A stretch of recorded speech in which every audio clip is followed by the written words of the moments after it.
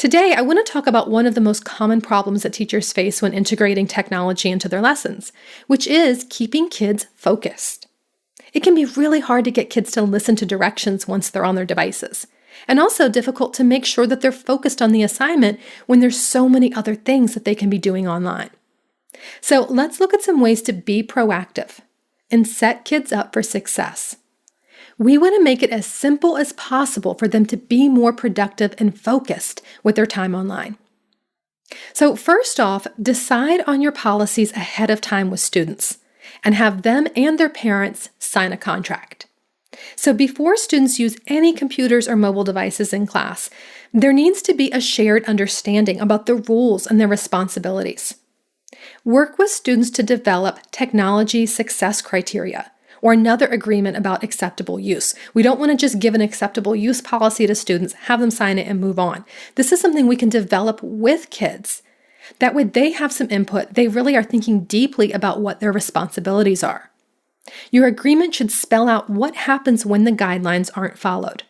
So this is just like any other routine in your classroom. Kids need to know what the consequences are, and they need to be set up for success. They need to know exactly what they need to do and how they can meet the expectations.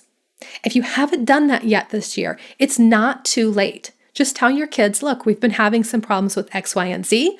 I want to take a step back and make sure we're all on the same page about what's expected here. Let's talk about this together. So teach your expectations explicitly to students and use a gradual release model to turn responsibility over to students slowly.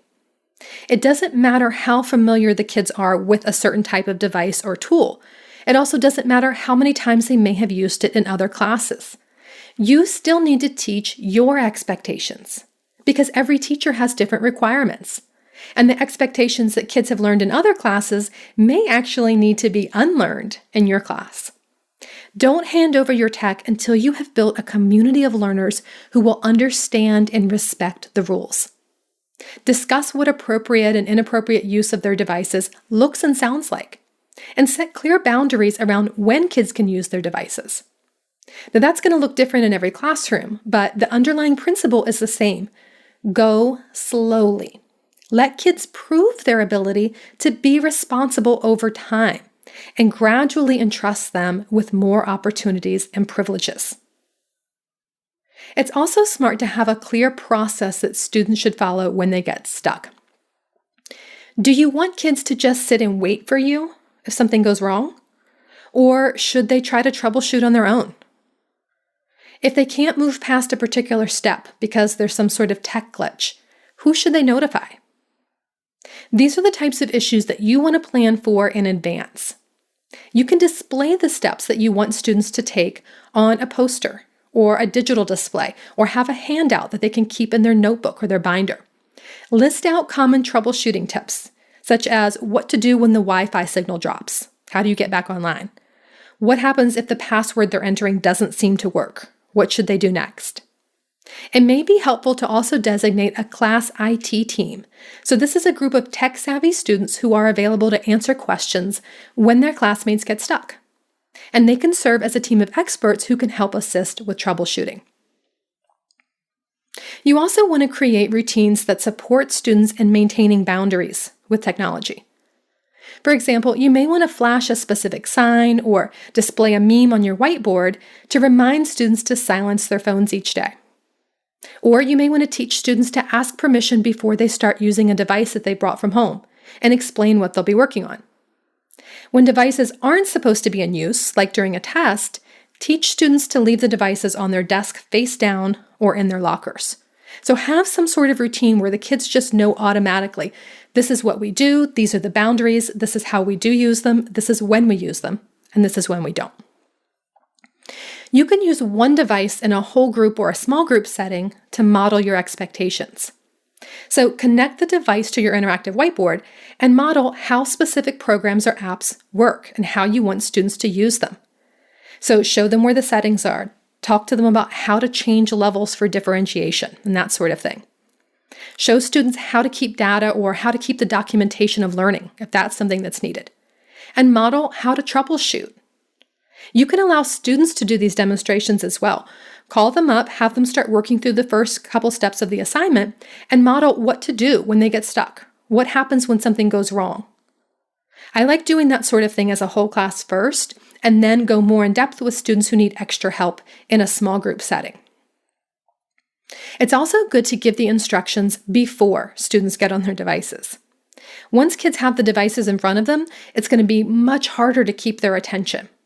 So display the websites or the activities, whatever it is, via your LCD projector first and give directions. Then have students open their laptops or get out mobile devices or move over to your classroom computers. If you do need to give directions while students are on their devices, walk through the steps at a quick pace without stopping to troubleshoot. Don't spend 3 minutes asking, is everyone on this web page? Does everyone have their password entered? Just look around. If most screens are at the right place, give the next direction. The whole class does not need to wait for a handful of kids who aren't ready. Move on anyway, and let your student IT helpers circulate to provide assistance quietly. Students will usually be helping one another out as needed anyway, and once the class is settled, you can circulate then to troubleshoot with the ones who are still behind. But if you try to troubleshoot with them before the rest of the class is engaged in their task, the ones who are ready will become restless and disruptive. Try to be very consistent with this procedure. That's going to make it easier for students to wait patiently when they're having problems, because they'll know as soon as you've got the rest of the class on task, you'll help them out. And that's not going to be a very long wait because you're going to keep things moving quickly. I really can't talk about this topic without also mentioning how important it is that the assignments are meaningful and engaging, and that they allow students to work at their own pace. Kids will be a lot more engaged and productive if they don't have to keep pace with the whole class. So whenever possible, give projects and assignments that are open-ended or student-directed. The goal as far as the productivity piece is to avoid having kids sit passively in front of a device while waiting for their classmates. This time really adds up quickly, and usually without us even realizing it. If you make students wait while 3 kids struggle to get online, and then again while you reprimand a few kids for being off task, and then again to make sure everyone's gotten to the right website, the learning environment will become chaotic because the kids are frustrated and they're bored. Give the assignment in the beginning, preferably before students even get on the computer, and don't pull their focus away with additional instruction. Don't pull their focus away with requests to stop working and wait while you explain something. You want to really minimize that as much as possible. Now, that said, let's recognize that some multitasking and some distraction while online is normal. As adults, we click over to different tabs. When a site's running slowly and we're waiting for it to load, we'll click over and do something else. We take periodic breaks to look at things online that aren't related to our work. So to expect any different of our students is just a recipe for aggravation. As long as students aren't looking at sites that are inappropriate for school, you may want to allow a couple minutes of break time periodically as students need it, and tolerate some of this off-task behavior. Be sure to redirect kids in a constructive way, and don't fly off the handle because we know self-control is very difficult for just about all of us online, adults included. And the goal is to help kids understand the importance of creating healthy, productive habits. We want them to create a workflow that fits their personality and fits their needs. We don't want them to only stay on task when we're standing over their shoulder watching.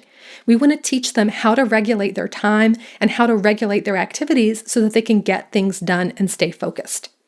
So really focus on developing that skill in kids and don't get too frustrated when you see them getting off task. Now, that said, we still do want to have clearly defined consequences for not meeting the expectations. This is not just going to be a free-for-all here. So in your policies, have it written out what the consequences are going to be. The first and possibly the second offense in one class period should probably just be a verbal warning or a reminder.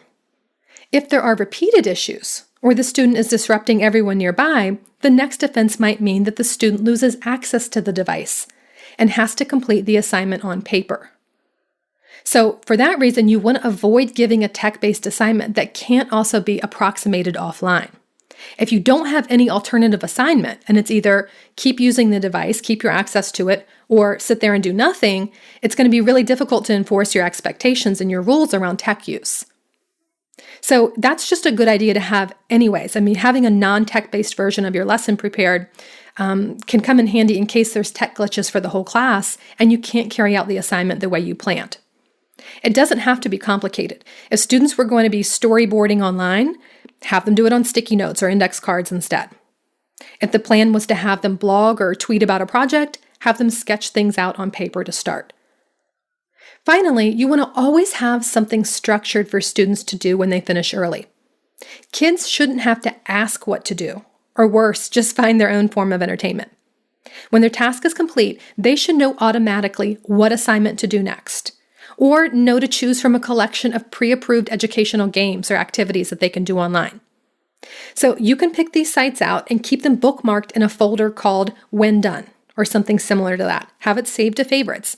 And also create a folder by the same name for apps on your tablets. That way, there's no question about which games or which websites are appropriate to be used.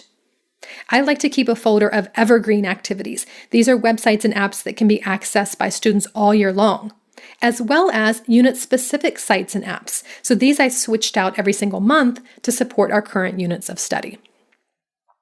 So there you go. Those are 12 structures that can really help kids stay focused when they're working online. I want to leave you with a motivational quote for the week ahead that I call the takeaway truth. The takeaway truth that I want you to remember this week, which was said by John G. Palfrey, is this. The most important thing that schools can do is not use technology in the curriculum more, but to use it more effectively. Thanks for listening. Have a fantastic week. You can do this. And remember, it's not going to be easy. It's going to be worth it.